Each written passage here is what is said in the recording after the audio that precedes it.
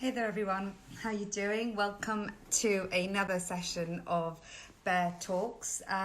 Today's session is going to be focused on mental health.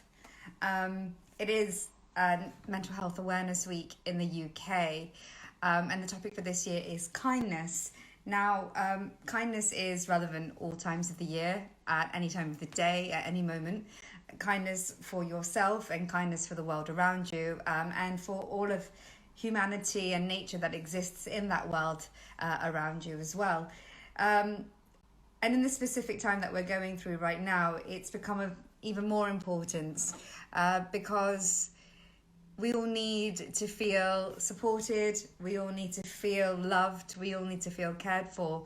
And as we're sort of isolated in our homes right now, that feeling is quite difficult at times. I'm lucky enough to be isolating with my family, which has been quite beautiful for the last 3 months, but some others are not. And for those whose livelihoods have been really affected, really impacted, then for those people isolating on their own, there is so much uncertainty with what their future is going to look like, because their industry has been affected. So hospitality is a huge part of this story, and the way hospitality has been affected in terms of economics, job loss, mental health is quite profound, quite scary also. But on the flip side, the way that hospitality, the community within hospitality has come together has been incredibly inspiring.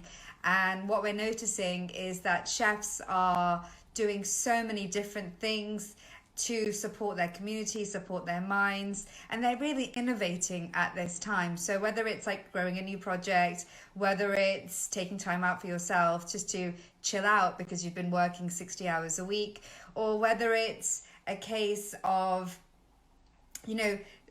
doing charity work to support people who can't eat. Chefs are really coming together to do many different things at the moment. So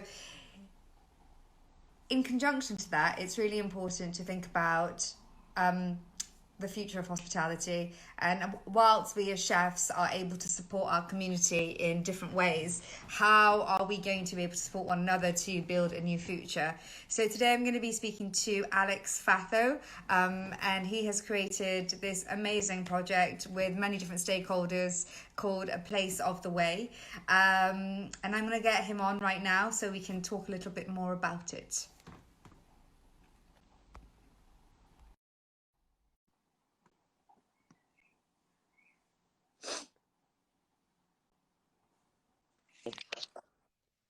Hello. Hey, How is everyone? You all right? I'm really good. Yeah, I've done this thing where I've closed the windows, Okay. like to sort of block out the sound, and I'm kind of like, sort of, it feels like a sauna right now where I am. So Joyous yeah, occasion.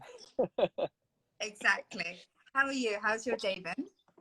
I'm all right. Apologetically, I am outside on my terrace, so Oh, I've got a little nice. bit of fresh air going on. So, but yeah, I'm good today. I think that there's been really positive feedback, and people on Wrestling Demons getting in contact, sharing their stories as well, and just supporting on a really important topic of mental health awareness, and also really caring about the kind of the support that we can offer the hospitality industry, which is massively needed, and a lot of people probably who aren't in the industry totally understand.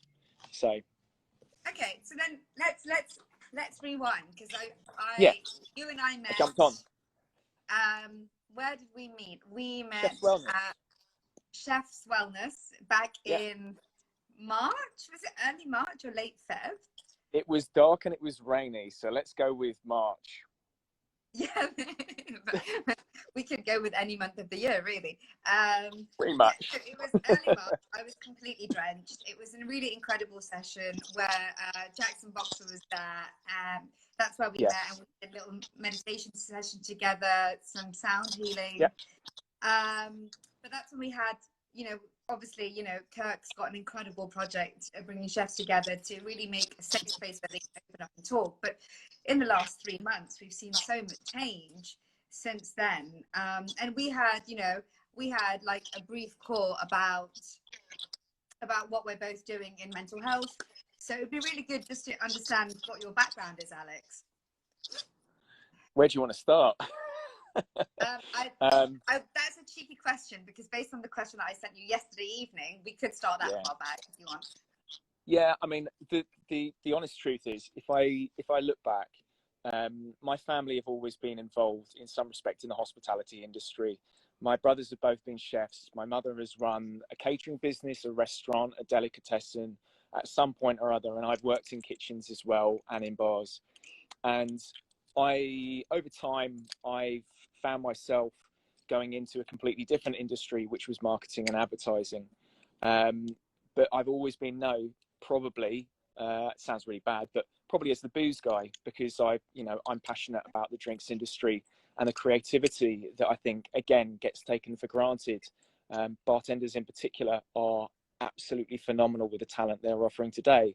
So I got to that point where I think about 10, well, probably 15 years, because I'm getting old, obviously you can tell by the hair and the beard. I was doing marketing and advertising for 15 years. And I got to a point where I think a lot of people, you look back and you go, what have I achieved in my life?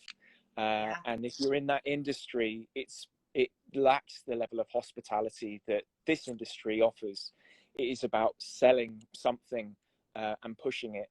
And to me, that no longer really agreed with me. And it didn't agree with me that I was seeing people within hospitality who wanted to do good, whether it was from a ethical perspective on mental health or sustainability, but there was politics, or there was stiff upper lips, or there were even people who wanted to talk but were fearful of their jobs, of their livelihoods. To me, I just got to a point and I had enough. So I started up Place of the Way at the start of this year, with the idea that I could collaborate with more ethical, passionate people to learn off them, because I'm not an expert. So, for instance, Merle Cameling, who's amazing from Me, Myself in Mind, she is trained in terms of being a therapist. I'm not an expert at that, but I do marketing and I do advertising and I know the hospitality industry. So leveraging different amazing talent and creative talents, I just wanted to do something a bit more creative that engaged with people, that we could do some good, because there's a lot of chat and there's a lot of people that want to do some good, but trying to engage on a greater scale will not work if it is behind closed doors with our trade alone. It needs to be for the paying consumer and the culture of people enjoying that hospitality out there. So there you go. So then that's really interesting, because you and I both come at it from similar angles in many ways, because I have a background in brand marketing and communication for about 12 years, and then I became a chef just 5 years ago. So I've kind of, I work in a spectrum within the food industry. So that's like making the food, doing product development, but also understanding the industry as a whole. And I think when you learn marketing and branding, what you also understand is how to build a product, how to sell a product, but also who it's going to impact. And a lot of it is, when I think about it, you learn a lot about consumer psychology, and you learn about understanding what are people's habits. So when you're inside a kitchen and you're inside a restaurant, you not only learn how to sell something to influence a customer, but you also understand the feedback language of how to look after the team that's selling the product, how they're feeling, how they're responding to something as well. So it's quite interesting going into this career. Even though I worked in hospitality from when I was like 15. I worked at McDonald's, which was actually like one of the best experiences of my life. Amazing. You start to really understand what service means, and service to others and service to self, because you can serve somebody with the utmost respect, but the way that person may respond to your service is as if you're sort of a cretin. So you start to understand people's languages, how people offer service, how people give service. And then we Yeah. find ourselves in a situation today, and and it's interesting because the point that you mentioned is that, yeah, you're right, bartenders are taken for granted, because it's quite it can be bartending, even comparatively to a chef, can be quite lonely. There's not that many people behind a bar all the time, depending on the size of the bar. And Yeah. I wonder, just from that point of view, do you think the issues that a bartender might feel are different to a chef, or do you think they're very similar? What would be interesting to get a point of view? I think I'll take one step back from that, if I may. Yeah. The sad fact that we have is we have the hospitality industry, which is this, and we actually have two sides which are very segregated. So we have the bartender, and we have the chef, and we have front of house and everything else. They are incredibly separate entities at the moment that are not working together, and they actually suffer in actually very similar ways. So for a bartender, they are constantly having to put on a face. They are having to engage with staff in an incredibly positive way, even when they are not feeling particularly very good. Equally, in a kitchen, a chef has to work in synchronicity with everyone in that kitchen to deliver everything amazing food that people love, to deliver amazing service. You can't always be 100%. You can't always be that part of that machine which is working perfectly. And I think a lot of chefs therefore struggle with that. And you know what, I've talked to many chefs who will, you know, throw heavy, very colourful language. As much as some of them I know have thrown knives across the kitchen before at people who they believe are not delivering. But I would say that talking to chefs like Sally Abbey from the Harwood Arms, who's a fantastic chef, she, when I talked to her one time, she told me about difficulties that she had with a member of her staff. She was incredibly good and gracious to say, you know, it's taxing. It's a lot of effort and pressure on me. Everyone is a completely different entity in the kitchen that look at me for support. That that person or those people at times need my support to take them aside and talk to them to find out what's going on. She's incredibly good and an incredibly strong person to do that, rather than throwing a harsh word, which, you know what, we all have to keep things moving, but there is a way of motivating people that I strongly believe in. And I'm sure a lot of chefs who are doing very well in the kitchen and support that will agree with me on. Yeah, I think actually that's it. Was You that an know, answer to the question? no, you did actually, because I think it's quite interesting what you've mentioned is that it's interesting because I'm making some notes as I'm talking to you, and I've kind of drawn a little triangle here, and it makes me think of sort of Maslow's hierarchy of needs. And when we think of Maslow's hierarchy of needs, we put, you know, the self-actualization at the top. There's like, you know, comfort, home, safety, love, security. These are the foundational principles. But when you're working in a kitchen, it almost forms the same triangle again, because you've got the owner, you've got the restaurant itself. So that's sort of the hat. But underneath Yeah. that, you've got front of house and back of house. And bars do play a very critical role in supporting the back of houses too, and supporting Yeah. back of house's well-being. And if a bar function has to support and put the smile on for the front of house, but they're also like bringing drinks in for the back of house, making sure back of house is supported. So, but there's an expectation, not always courtesy. And I've experienced that myself working in kitchens. I've sometimes been that person myself. So I recognize there needs to be a sort of a slight difference of language also in the way that we would approach sort of the mental health and livelihood of a bar person and a kitchen person. They're a little bit different in terms of the issues that they do face. That's good for me because I hadn't seen it from that perspective. And can you tell us more about the project that you've launched this week? Because I think right now, Yeah. you know, we're seeing sort of us going into exit mode.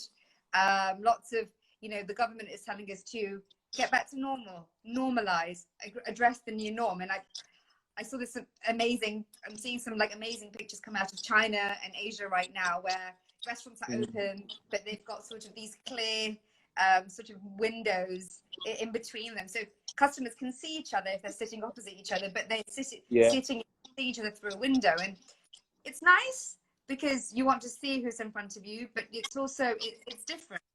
And before we get to that stage of, you know, even being open, because I think the UK is working a little bit slower than a lot of our neighbours across the world, I just wonder, you know, your project is focusing on collaboration, and I think collaboration has been a key word of the moment. So before we get to a point where livelihoods are back to normal, which might be a while, what do you think is the role of collaboration, and how is this project, like, how are you getting people to collaborate in this project? You know what the funny thing is, like I said before, is you got your bartenders and you got your chefs, and they really want to work with each other and they really want to collaborate, but for some reason there's they just don't connect. So to ask chefs, you lost me. I'm here. You got me. Oh, hello. Am I back? Am I back in the room? Yeah, you're back. You're back. Go on. You were saying they really want to work together, but for some reason, and then you paused. Yeah. So they really want to work with each other, but it feels like this weird.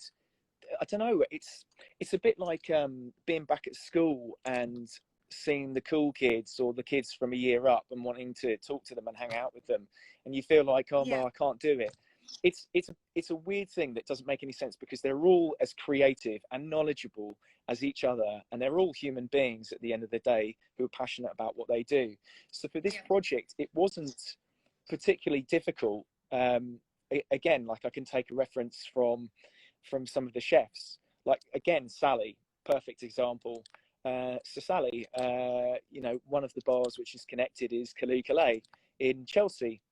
Oh, I really wanted to go there before it closed for the isolation. I really wanted a drink.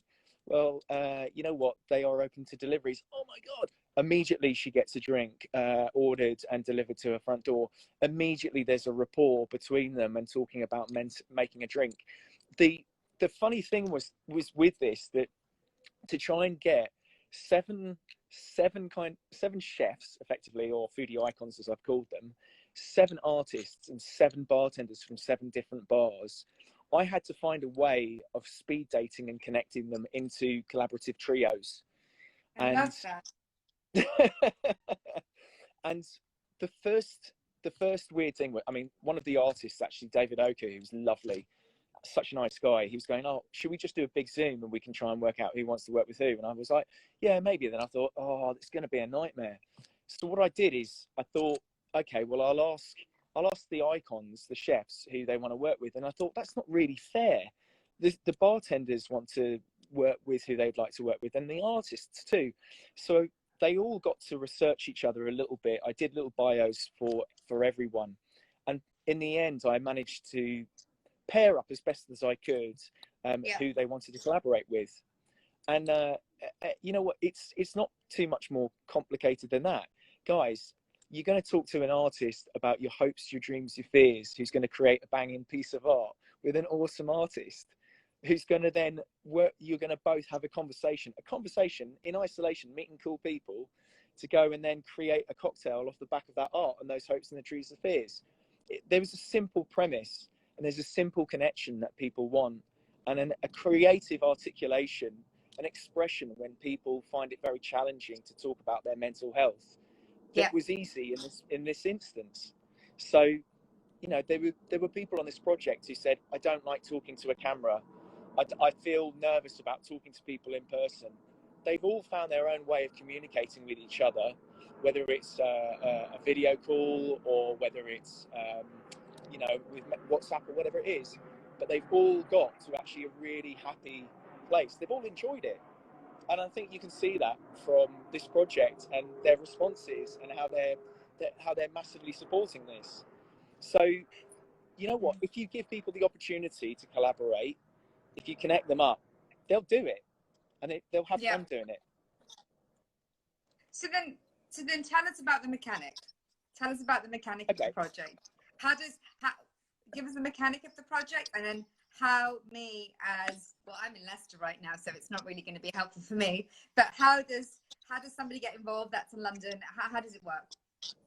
Do you mean as a consumer, or do you mean as someone as a participant in the project? Oh, you cut out. I was saying, have you got me again? So tell me about how you've, so yeah, I can hear you again. So tell me how you've got the trifecta together. So how specifically the chef, the bartender, and the artist are working together, and then what the output is, so what they're making, and how somebody can get involved. So as a consumer. As a consumer.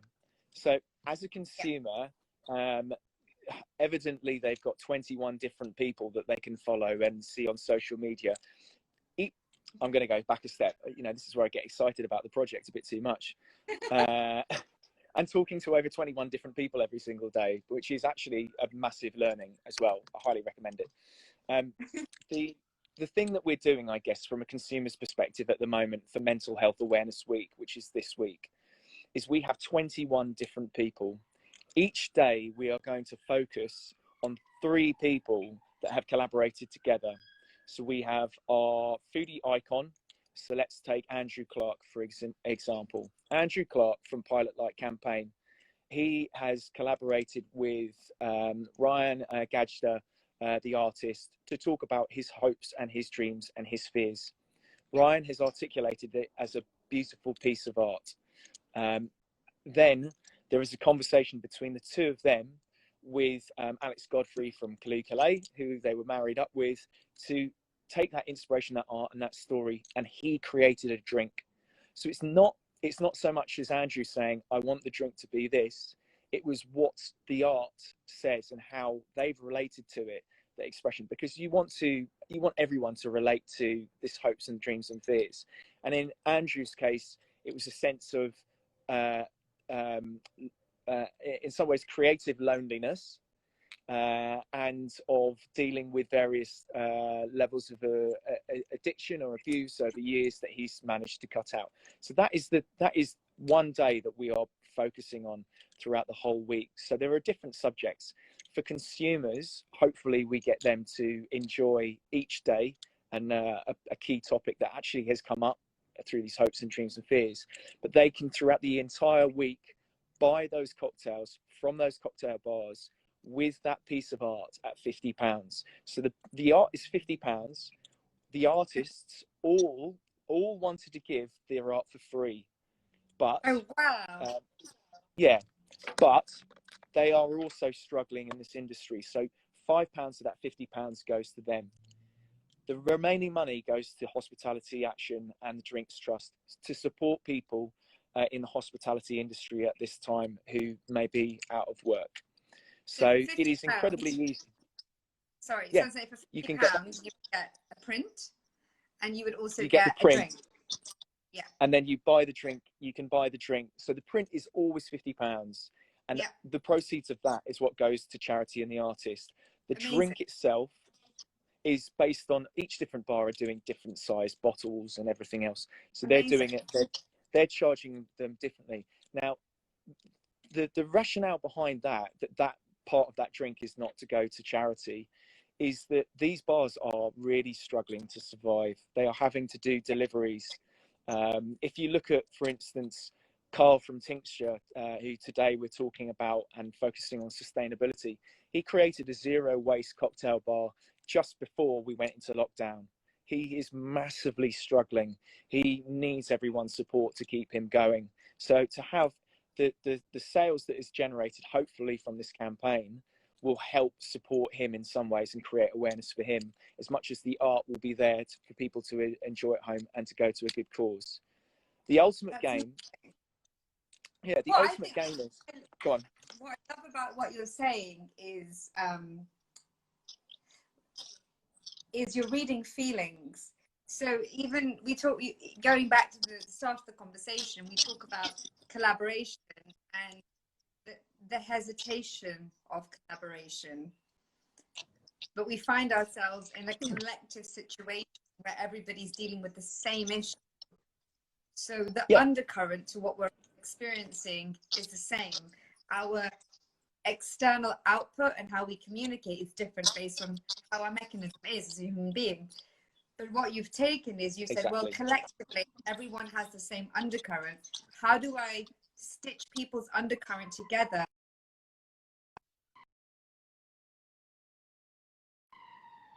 Oh, I lost you. How do I stitch the undercurrent together? Yeah, But get people to express and communicate in their own language. So you've almost worked as a exactly. conduit to bring people together. And what's really beautiful here is that you've got people sharing their feelings, but transforming feelings into their own art, which I think is so powerful. Because right now, you know, we're doing so much for other people, but when you're asking a chef to go, really, how are you feeling right now? What is the feeling that you're having? And then they speak to an artist, and an artist is listening and taking that thought. But again, going back to this idea of the undercurrent being the same. So there's when someone's telling you something right now, it's anchoring at a similar space, which is unheard of in our day and age. And then you're taking that and then you're going to a bartender and saying, now you transform these feelings into what you're feeling right now, and then you make that a sensory experience. And it's really, really amazing that you've managed to combine feelings, artistry, and like multi-dimensional sensory experience into this whole process,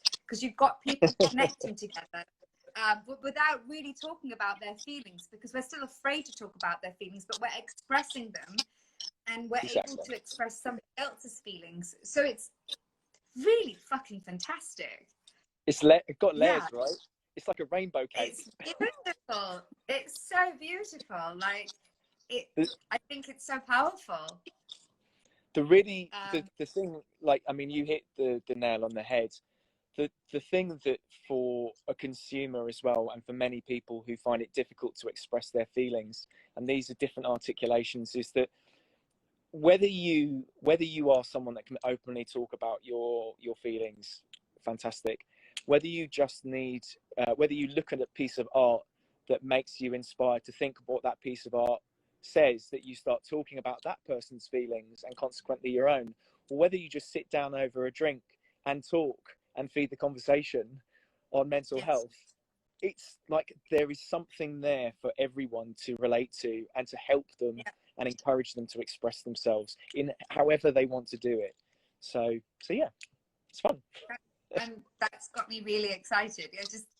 I think it's really, really fantastic. And it just makes me think that, you know, we had a brief conversation about this yesterday. And there is this,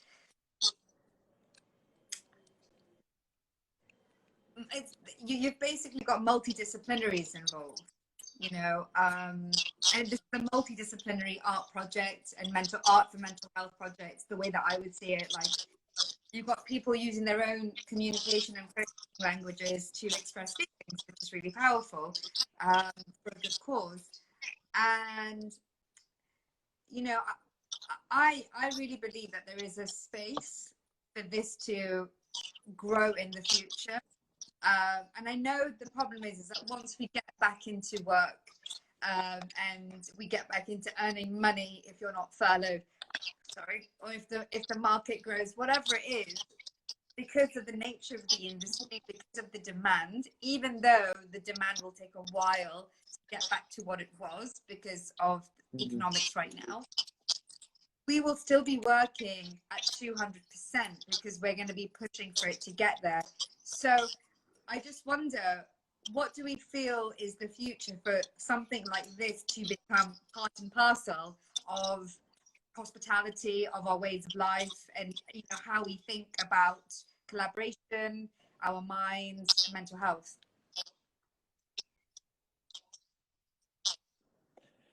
So yeah, you know what? The amount of people that are asking this question at the moment. Ladies of Restaurants had a very good video the other day that Sally shared with me. I've talked to Hospitality Action. I've talked to numerous people. We are going through a point now where we have the opportunity to do a bit like a redux, like, you know, all those movies that then they redux and they redo and you never wish they did, but some of them are actually good. So we have that opportunity the massive challenge that we have as an industry, talking to a lot of people, is how do you encourage people into that industry? How do you retain people in that industry when their perceptions can be quite negative? What we need to do is remind people why they get into the industry in the first place, which a lot of them go, look, because I love hospitality, I like treating people well, I like to cook for people. But we need to elevate it to another level. Natalia, she said that from Ladies of Restaurant, she actually said in that video, one of the things that really makes me struggle with my mental health is that all my friends go off to weddings and birthdays and I always miss out. What we need to try and find is that people working in a restaurant or doing what they're doing, being creative, they're like rock stars. You know, like people go, that is cool. What you just did is unreal. And if they start to appreciate that and we start to elevate that level of creativity and expression, which is what it is all about, it's really encouraging that expression, then I believe that we can start achieving some good. So there's so many things that need to be done. I personally, I think projects like this, I mean, I'm going to continue doing this, whether this is about isolation or on, and there are, you know, if you wanted to get inside here, there's different things in my mind. And I know we've talked about this before. That won't stop happening. And I think we need to encourage that within this industry and encourage people in to be excited again about going into those restaurants, about working in that industry, being a bartender, because it's amazing. It's an amazing job. So why not? Well, it's you're so right. Like, you know, when I remember 6 years ago, I was living in India and I was working for this very big like investment company. And I was just like, this is so shit. I can't work here. I don't feel valued. Yeah. And I don't feel like I'm serving. And if you're calling in life to be of service, then you're calling that's a very particular calling. And I found that I found myself unable to really to do that in working for a big investment company. So I was like sitting at a huge roundabout in like downtown Bombay, and I was like, Dad, I've got to quit. And he was like, you're stupid. You're going to do what? And I was like, I'm going to do what I've always wanted to do, which is, you know, I've always wanted to be a chef, Dad. And I'm a pretty good chef already, but I'm going to like prioritize it. And he basically said I was in that place. But then since then, it's the hardest thing I've ever done. But the things that you love are the hardest things that you've ever done. And, you know, if we take this full circle back to the topic of this week, which is kindness, you know, the thing is, in restaurants and hospitality, we are constantly kind to other people, but what we don't do effectively is be kind to those people that work around us, because it is so aggressive. The hours are so long. Go on. I would go one step further. Go on. I think that people that do any kind of industry of hospitality, whether it's working in a restaurant, a bar, where it's the bus driver, whether it's the postman or anything else, the problem is people do not act with kindness. There is no please and there is no thank you. So if we could start with anything within this industry, which I think is probably the best opportunity to communicate that, is to actually show emotional intelligence, to say please, to say thank you, to recognize someone as a human being. Because if the paying consumer in a restaurant or a bar cannot do that, then there is no way that someone in that environment can go back into a kitchen or back to one of the other staff members and feel good about themselves when they are being treated like poop.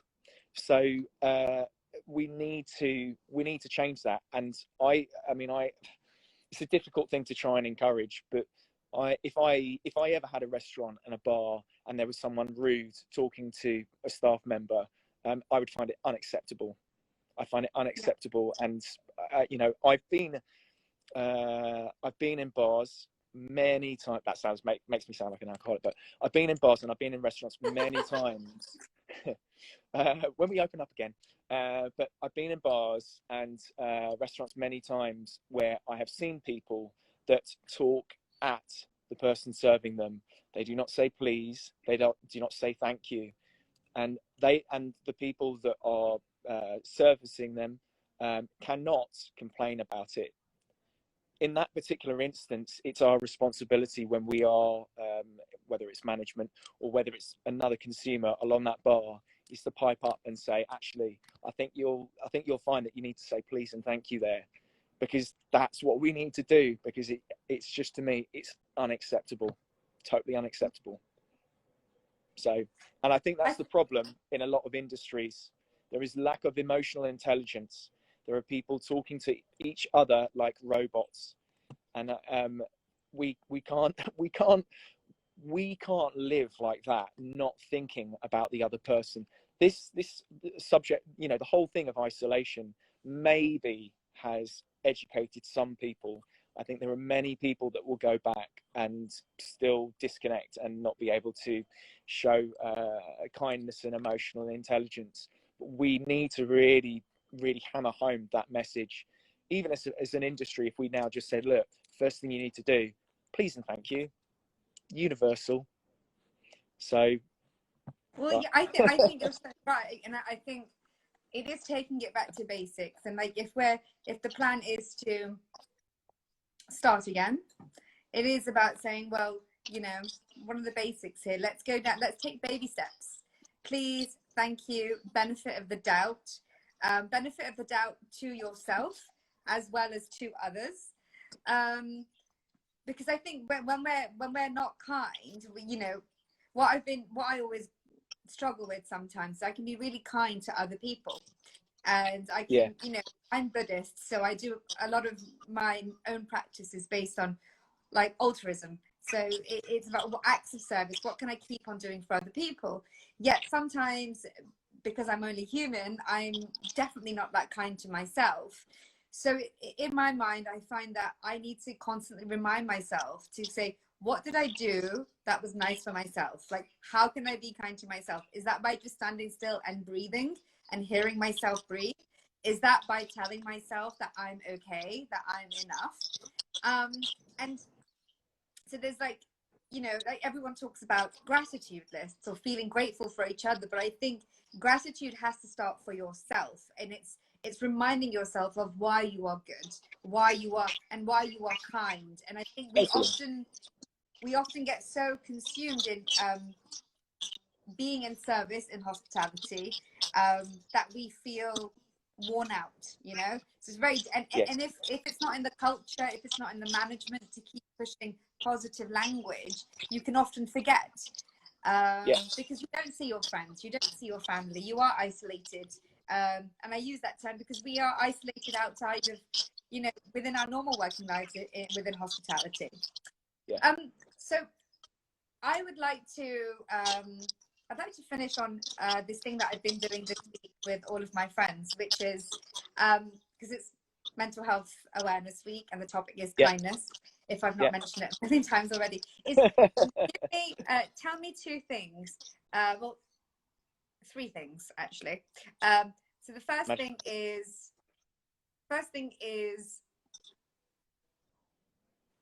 what have you done for someone today? That, like, what act of kindness have you done for someone else today? Wow. I think you know what, honesty. So if you, this sounds like I'm plugging, but if you watch and read what I've written about the people, like the trio today, and how we talked about sustainability, people and planet, I truly believe in that. I think each of those people, whether they would at times like the compliment or not, because it's coming from sometimes a bearded weirdo, but I think it's really important to be honest and pay a compliment which comes from the heart. For me, someone like Anne and Lee at Story Deli, unbelievable people that every element of them is about sustainability and about looking about a better tomorrow. I feel like home when I see them.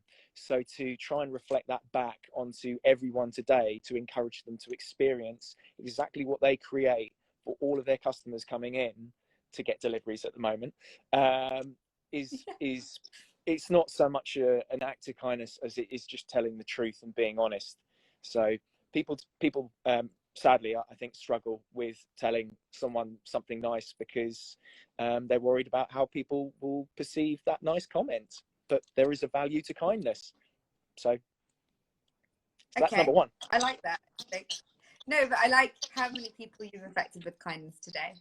Okay. How have you been kind to yourself today? Oh, well, I had a lovely lunch. I've been sitting on my terrace with my cat. I am surrounded by beautiful plants that I enjoy so much. I've had a nice run. You know what?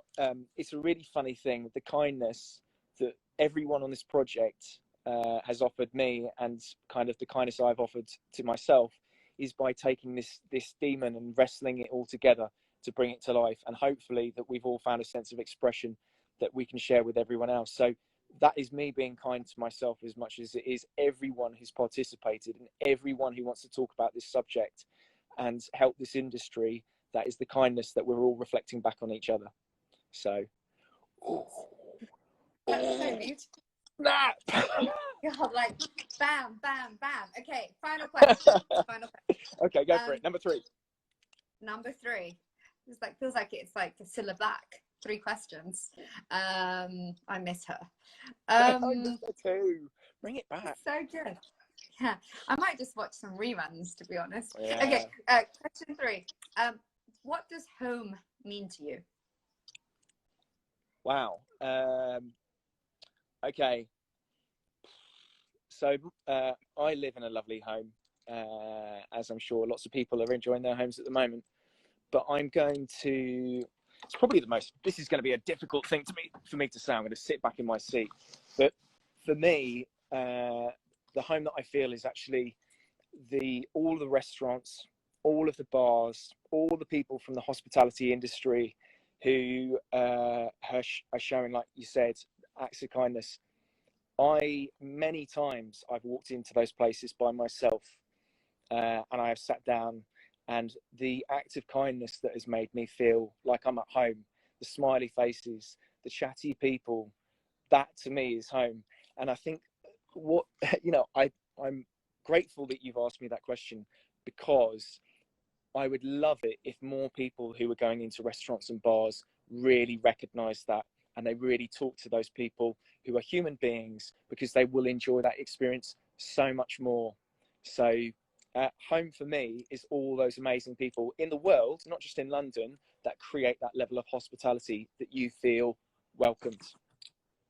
That's true. Oh my God. That's true. I like my home a lot, but I really like going out to those places. So they treat me so well.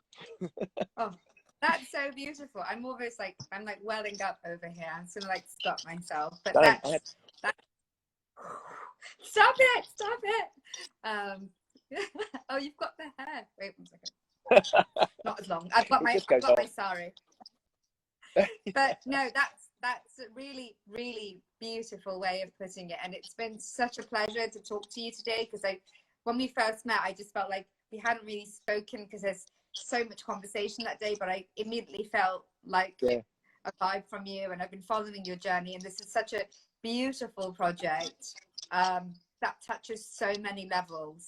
So I'm really excited to see how it's going to grow. I'm going to be posting about it on my feed as well as the Bear Kitchen feed over the next week, because it'd be so good to just sell some of those amazing prints as well and support everyone. Totally. One thing I'd like to say, a lot of people, I'm sure, worry that they'll never be able to deliver on their dreams.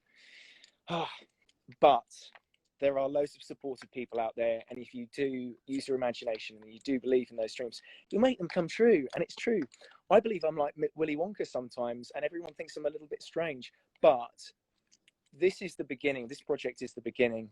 I don't have any fears or illusions that there'll be more from this. So for everyone who is struggling, peace and love. Oh, peace and That's love. me. Beautiful. Well, thank you so much. Peace and love. We will be in conversation soon again, for sure. For sure. And everyone enjoy the campaign and get chatting to each other. You're great. Amazing. Mwah. Thank you so much. Bye. Thanks, everyone. Thank you. Bye.